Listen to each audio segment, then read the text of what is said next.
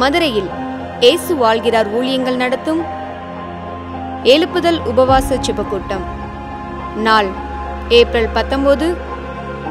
நேரம் காலை 9:30 மணி முதல் மதியம் 2:30 மணி வரை. தேவ செய்தி சகோதரர் எல் வின்சன்ராஜ். ஒரு போராட்டம் இல்ல, ஒரு சோதனை இல்ல, ஒரு வியாதி இல்ல.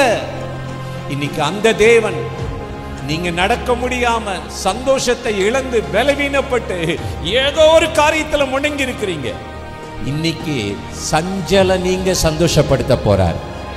ஜெபம் சகோதரி கலா வின்சன்ராஜ். இது அசுத்தமாயிடுச்சு, பாவத்துக்கு இடம் கொடுத்துருச்சு, இதை தூக்கி போட்டுட்டு வேறொரு களிமண்ணை எடுத்து நான் ஒரு பாத்திரத்தை உணையட்டும் அப்படின்னு சொல்லி குயவன் நினைக்கலையா. குயவன் என்ன செய்தாரா, அந்த களிமண்ணையே அதையே திரும்பவுமாக வேற பாண்டமாக வணைய தொடங்கிட்டாரு. அல்லேலூயா. இடம் இயேசு அழைக்கிறார் Jebagopuram, bypass road, Palanganatham, PRC depot அருகில், மதுரை. தேவ பிள்ளைகளே, இந்த உபவாச ஜெபத்தில் கலந்து கொண்டு தேசத்திற்காகவும் பட்டணத்தின் எழுப்புதலுக்காகவும் இணைந்து ஜெபிக்க உங்கள் யாவரையும் அன்போடு அழைக்கிறோம். மேலும் விவரங்களுக்கு கீழே உள்ள தொலைபேசி எண்ணை தொடர்பு கொள்ளுங்கள்.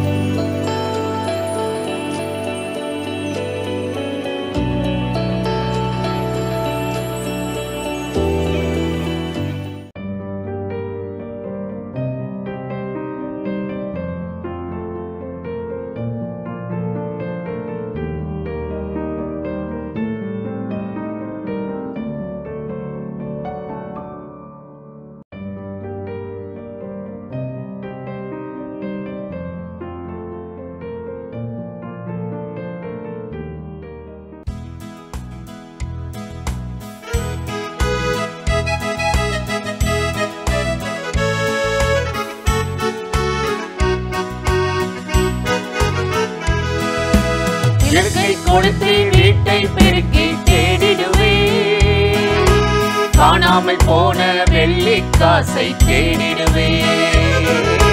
விளக்கை கொடுத்து வீட்டை பெருக்கி தேடிடுவே, காணாமல் போன வெள்ளிக்காசை தேடிடுவே. வெளி வெளியே நட்சத்திரமே என் அருமை இயேசுவே, வெளி வெளியே நட்சத்திரமே என் அருமை இயேசுவே, நீரே எந்தன் தேவை என்று தேடிடுவே. கண்டுபிடிக்கும் வரை ஜாக்கிரதையாய் நான் தேடிடுவே, நீரே எந்தன் தேவை என்று தேடிடுவே. கண்டுபிடிக்கும் வரை ஜாக்கிரதையாய் நான் தேடிடுவே. விளக்கை கொளுத்தி வீட்டை பெருக்கி தேடிடுவே, காணாமல் போன வெள்ளிக்காசை தேடிடுவே.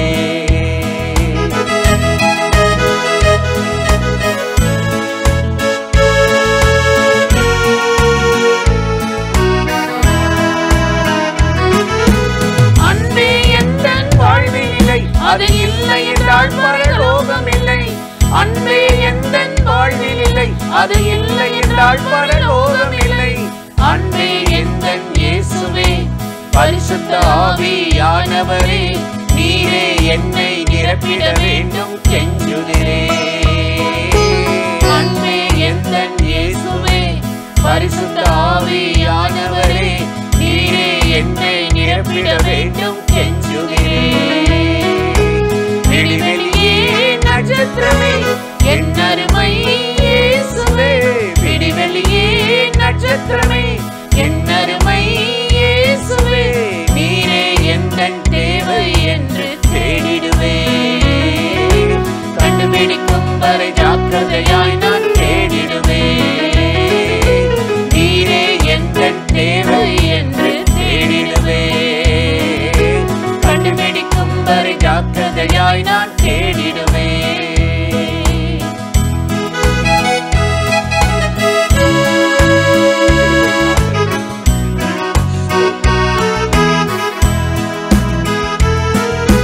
விசுவாசிக்க பலனில்லை, அதை விட்டால் வேறு வழியில்லை. விசுவாசிக்க பலனில்லை, அதை விட்டால் வேறு வழியில்லை. விசுவாசத்தை துவக்கினவர், விசுவாசத்தை முடிக்கிறவர், விசுவாசத்தை வர்த்திக்க வேண்டும் கெஞ்சுகிறேன்.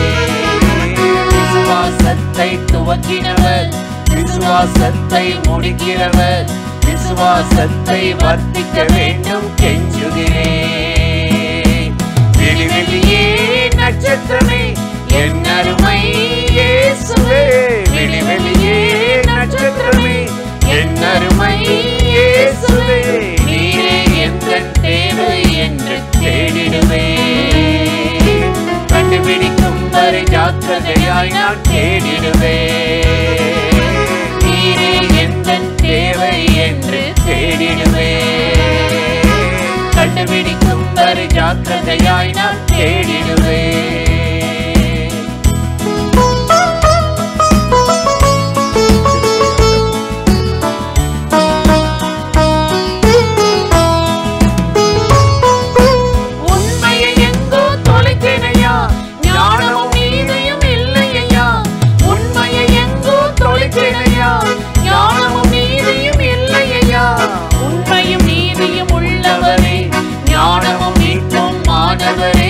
பிழைகளை எல்லாம் மன்னித்தருள கெஞ்சுகிறேன். உண்மையும் நீதியும் உள்ளவரே, ஞானமும் மீட்பும் மாணவரே, பிழைகளை எல்லாம் மன்னித்தருள கெஞ்சுகிறேன். விடிவெளியே நட்சத்திரமே என் அருமை இயேசுவே, விடிவெளியே நட்சத்திரமே என் அருமை இயேசுவே, நீரே எந்தன் தேவை என்று தேடிடுவேன். கண்டுபிடிக்கும் வரை ஜாக்கிரதையாய் நான் தேடிடுவேன். நீரே எந்தன் தேவை என்று தேடிடுவேன். கண்டுபிடிக்கும் வரை ஜாக்கிரதையாய் நான் தேடிடுவேன்.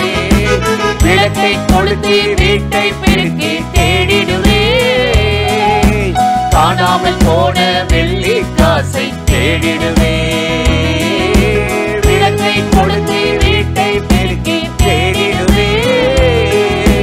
காணாமல் போன வெள்ளி காசை தேடிடுவேன். தேடிக்கொண்டே இருப்பதுதான் கிறிஸ்தவம்.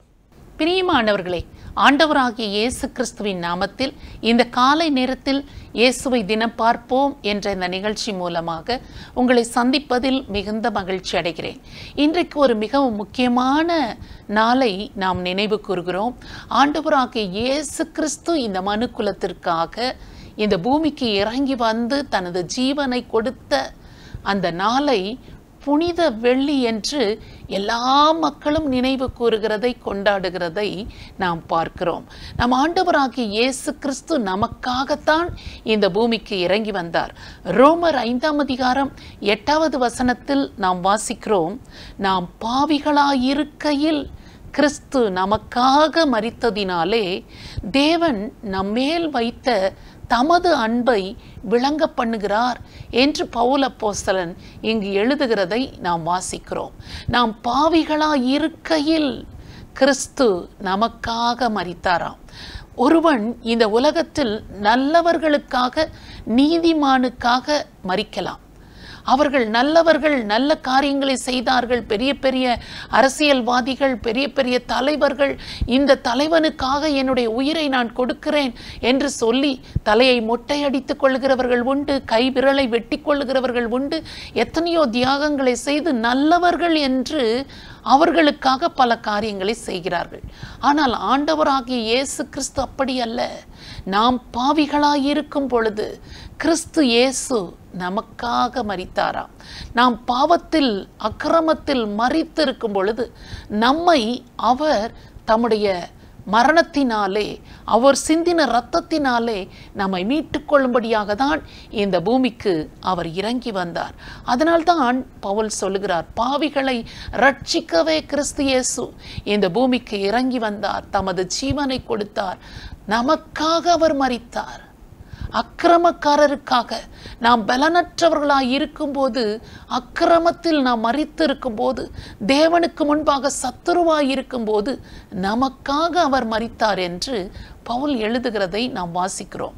ஆண்டவராகிய இயேசு கிறிஸ்து காட்டி கொடுக்கப்பட்ட அந்த ராத்திரியிலே அவர் அப்பத்தை கையில் எடுத்துக்கொண்டு, இது உங்களுக்காக பலியாக போகிற என்னுடைய சரீரமாக இருக்கிறது என்று ஆண்டவர் ஒப்பு கொடுத்தார். அதே போல திராட்சை ரசம் நிறைந்த பாத்திரத்தை எடுத்துக்கொண்டு, இது பாவ மன்னிப்புக்காக உங்களுக்காக நான் சிந்துகிற விலையேற பெற்ற இரத்தம், இதை என் நினைவாக செய்யுங்கள் என்று சொல்லி ஆண்டவர் தன்னுடைய சரீரத்தையும் தன்னுடைய இரத்தத்தையும் நம்முடைய மீட்புக்காகவே கொடுத்தார். ஒவ்வொருவருக்காகவும், இந்த பூமியில் பிறந்த ஒவ்வொரு மனிதனையும் மீட்கும் பொருளாக தம்மையே அவர் கொடுத்தார் என்று சொல்லி நாம் வாசிக்கிறோம்.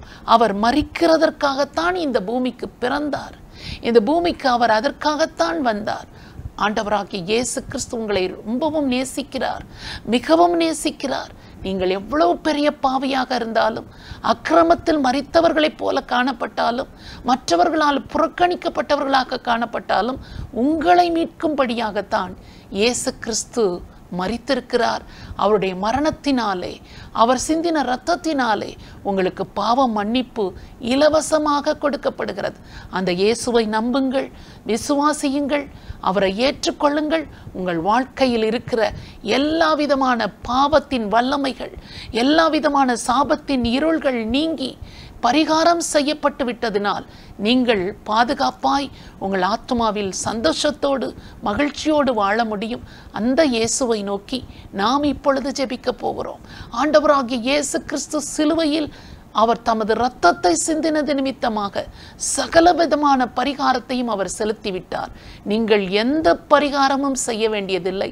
இயேசுவே, நான் உம்மை நம்புகிறேன், என் உள்ளத்தில் வாரும், எனக்காகத்தானே நீர் மரித்தீராமே, நான் உம்மை விசுவாசிக்கிறேன் என்று சொன்னால் போதும், ஆண்டவர் இயேசு உங்களையும் மன்னித்து தமது பிள்ளையாக மாற்றிவிடுவார்.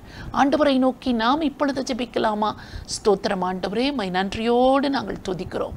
இந்த காலை நேரத்தில் கர்த்தருடைய முகத்தை நோக்கி பார்க்கிற ஒவ்வொருவரையும் நீர் ஆசீர்வதிக்கிறதற்காக உமக்கு நன்றி சொல்கிறோம். நல்லவனுக்காக, நீதிமானுக்காக ஒருவன் உயிர் விடலாம், ஆனால் பாவிகளாயிருக்கும் பொழுது, தேவனுக்கு முன்பாக நாங்கள் சத்துருக்களாயிருக்கும் பொழுது, அக்கிரமக்காரர்களாக நாங்கள் வாழ்ந்து கொண்டிருந்த போது, கர்த்தராகிய இயேசு கிறிஸ்து எங்களுக்காக மரித்ததினாலே தேவனாகிய கர்த்தர் எங்கள் மேல் வைத்த அன்பு எவ்வளவு பெரிதென்று நீர் விளங்க பண்ணினதற்காக உம்மை நன்றியோடு நாங்கள் ஸ்தோத்திரம் பண்ணுகிறோம். உம்முடைய அன்பு ஒவ்வொருவருடைய இருதயங்களிலும் இன்றைக்கு ஊற்றப்படட்டும். யாரெல்லாம் உம்மை விட்டு உம்மை அறியாமல் தூரமாய் வாழ்ந்து கொண்டிருக்கிறார்களோ அவர்கள் கண்கள் திறக்கப்பட்டு மனப்பிரகாசத்தை பெற்றுக்கொண்டு ஆண்டவராகிய இயேசு கிறிஸ்துவின் அன்பை அறிந்து கொள்ளவும் ஏற்றுக்கொள்ளவும் உம்முடைய பிள்ளைகளாக மாறவும் ஆண்டவருடைய கரத்தில் நாங்கள் ஒப்பு கொடுத்து ஜெபிக்கிறோம். உம்முடைய தியாகத்தையும் உம்முடைய அன்பையும் அறிந்து விசுவாசித்து உம்முடைய ஆசீர்வாதத்தினாலும் நன்மையினாலும் ஒவ்வொருவரும் நிரப்பப்பட வேண்டும் என்று இயேசு கிறிஸ்துவின் நாமத்தில் ஜெபிக்கிறோம் நல்ல பிதாவே, ஆமென். இந்த நிகழ்ச்சி மிகவும் ஆசீர்வாதமாக இருந்திருக்கும் என்று நாங்கள் நம்புகிறோம், நிச்சயமாக நம்புகிறோம். தேவனாகிய கர்த்தர் உங்களை ஆசீர்வதித்து உங்களை இன்னும் வாலாக்காமல் தலையாக்குவார், கீழாக்காமல் மேலாக்குவார். இயேசுவை விசுவாசிக்கிற உங்கள் வாழ்க்கை நிச்சயமாக ஆசீர்வாதமாக இருக்கும். கர்த்தர் உங்களை ஆசீர்வதிப்பாராக. ஆமென்.